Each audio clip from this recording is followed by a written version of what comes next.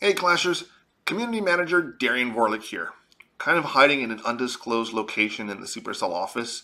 Hopefully they don't catch me kind of giving this unanticipated sneak peek video over the weekend. So one of the things that we want to discuss in this video is some game balance change that we're introducing with Town Hall 12. Now we're going to kind of briefly go over them, but the full list will be available in the notes below. So we're just going to kind of graze over these topics and give you an idea of what kind of game balance changes are coming with this update. Now we've broken them down into several different categories. And the first is economy. The second is spells.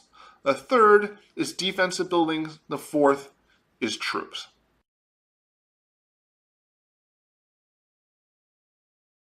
So why don't we get started with the game economy changes.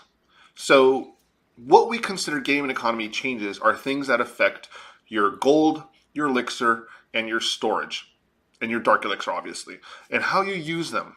So starting with wall rings. Now we've been hearing your feedback on what we could do to make wall rings a little more appealing and viable in the game. So what we've done, we've changed how much they've cost and how they're utilized. So the first change is that wall rings, the price has been reduced from 200 gems and it's now 100 gems per ring. Furthermore, we've made the cost for each wall upgrade a little bit easier to understand. Each ring represents 1 million in resources. So for example, if your wall requires 1 million gold, that means you only need one ring. If you need 2 million gold or 2 million elixir, that means 2 wall rings. If you need 3 million resources, 3 wall rings, and so forth. If your upgrade requires less than 1 million resources, that means you only need 1 ring for that wall fragment. A little bit easier to follow now, isn't it? Another change to the game economy is the trader. So the trader will now offer an increased number of wall rings every time he comes to town. He'll still have his plethora of potions available, but when it comes to wall rings, he will now have an increased amount. So hopefully that will make the wall rings a little bit more appealing to you guys to use them to upgrade. Another change that we're adding to the game economy is increase in storage. So when you reach Town Hall 12, the maximum elixir in gold at Town Hall 12 is 12 million per resource type. That means 12 million gold, 12 million elixir. Now when it comes to dark elixir, you'll be able to store 240,000. So all of these levels have been increased for Town Hall 12. Another thing that's getting increased is your treasury. So we've increased across the board how much your treasury can store across all Town Hall levels. Now we're not going to get into the itty bitty details about how much each one's getting increased. All I can do is ask you to check the notes, look at what Town Hall level you are, and you can see how much your treasury has been increased by. One of the most exciting parts of these game balance changes is the cost of walls. Yes, we've been hearing your comments, we've been watching what you've been posting, and we have reduced the price of walls. Now, these price reductions are between levels 5 through 11, so basically Town Halls 5 through 10, and the reduction entirely depends on which wall level you're upgrading. So for example, if your wall is level 5, the price is reduced by 5,000. If your wall is level 11, the price is reduced by 1 million.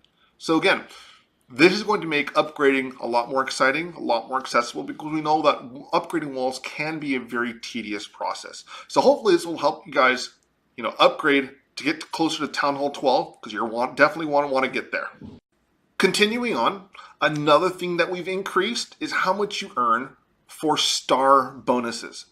So when you're doing your trophy pushing or your farming runs, depending on what league you're in, you will get increase in your star bonus. And now these rewards across all leagues have been dramatically increased. So we're not going to list all of them in this video, but again, check the notes below, see how much they've been increased by. And I think you'll be pretty happy with it. The final part of the game economy balance changes is how much you earn for war loot from Clan Wars. So win, lose, or draw, we've actually increased how much loot you earn from Clan Wars. So for example, if you win the percentage that you earn has been increased from 600% to 700%.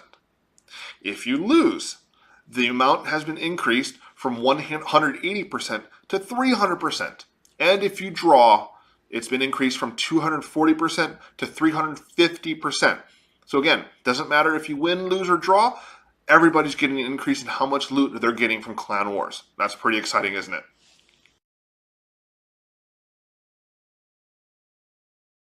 So moving on to spells. Lightning's been changed a little bit. So with the lightning spell, each spell does a total of 6 lightning strikes. So we've increased how much damage each one of those strikes does. They've been increased across the board with the exception of level 1. Level 1's doing the same amount of damage, but all across the board after level 1, so level 2 and up, the damage has been increased per lightning strike. So another spell that's been on the receiving end of game balance changes is the clone spell. Now clone is a great utility spell that has insane functionality, but the housing cost is so high. So looking at that, we've reduced its housing cost from 4 to 3. Now, on top of that, we've reduced its training time and cost by 25%. Its donation cost is also reduced. On top of that, its duplicated housing space is reduced by 25% as well. So rounding out the list of spells that are getting some game balance changes, we're finally coming upon Freeze.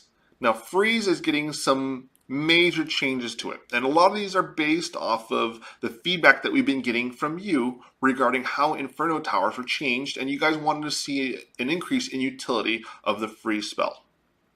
So what's going to happen with Freeze is that we've changed how much housing space it costs. It's been reduced from 2 housing slots to 1. That's right, Freeze will now take up 1 housing space. On top of that, we've reduced the training cost and time for Freeze by 50%. Also, the donation cost has been reduced by 50%. But when you reduce that much out of the Freeze spell, that does come with a reduction in functionality. So the duration of the Freeze spell is now been reduced by almost 50%.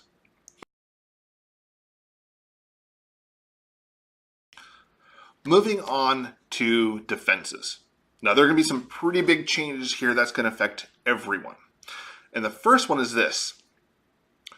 When you upgrade your town hall from one level to the next, you are now going to be required to place all purchasable buildings down in your village before you can upgrade. For example, if you are at Town Hall 10, you will not be able to upgrade to Town Hall 11 until you put down all the available Inferno Towers and other buildings that you unlock at Town Hall 10. Same thing with Town Hall 11. If you're going to Town Hall 12, you will not be able to upgrade to Town Hall 12 until you put down your Eagle Artillery and all available unlocked buildings from Town Hall 11. Now this restriction is going to apply across all Town Hall levels. We're basically following the builder-based model of requiring you to place all your buildings before you can upgrade to the next Town Hall level. Now this is a pretty big change on how we've been allowing upgrades in the past, but hopefully this will help improve some of the matchmaking changes that we're going to be implementing into the game. So, moving on, we have a few defensive structures that are going to be receiving some balance changes. Now we're not going to list all the damage numbers and hit point numbers in this video, but if you look at the sneak peek notes below, you can see all the stats that are being changed.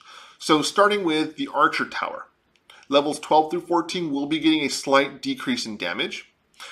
Inferno Towers, so levels 4 and 5, in multi-mode will be getting an increase in damage. Now that's a direct result of input from the community. So after we made the Inferno Tower change, we've agreed that the multi-mode for Inferno Towers did need a slight buff in damage, and that's what you're getting. Bomb Towers, levels 5 and 6 will get a slight damage increase. Now I'm saving the best one for last. So let's get out the party poppers. Are you ready for this? Eagle Artillery will no longer do its extra damage to golems. Yes, you read that right. The Eagle Artillery will no longer do the 3 times damage bonus to golems. Should we get out the party poppers or not?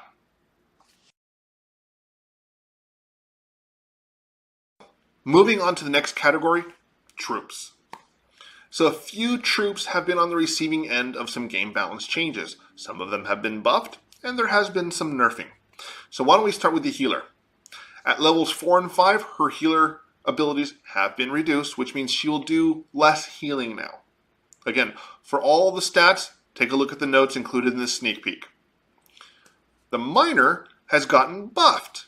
So the miner, his movement speed has been increased from 250 to 400.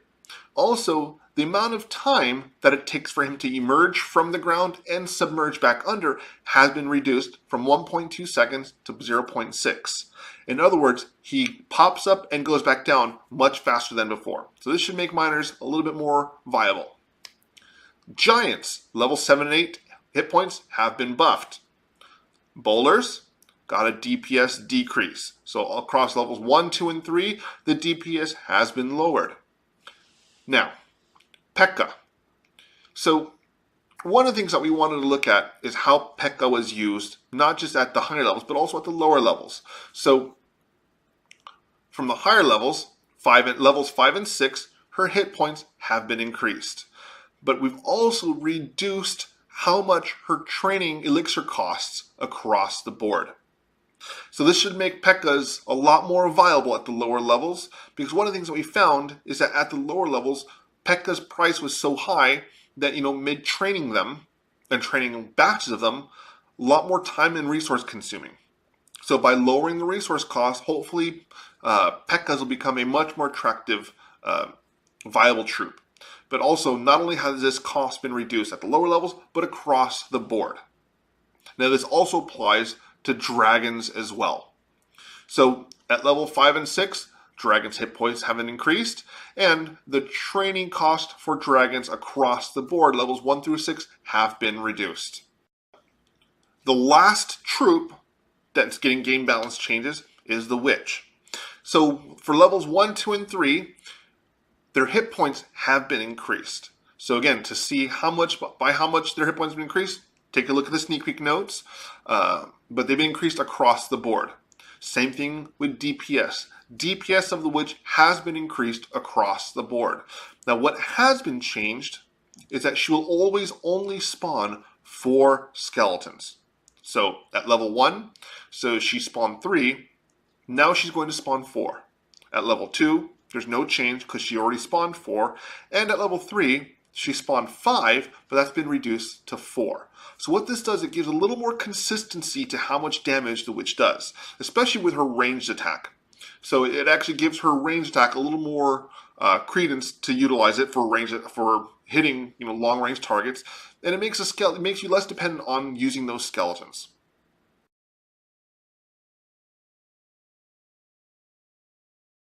So we have one final category of game balance changes. Now this is really minor.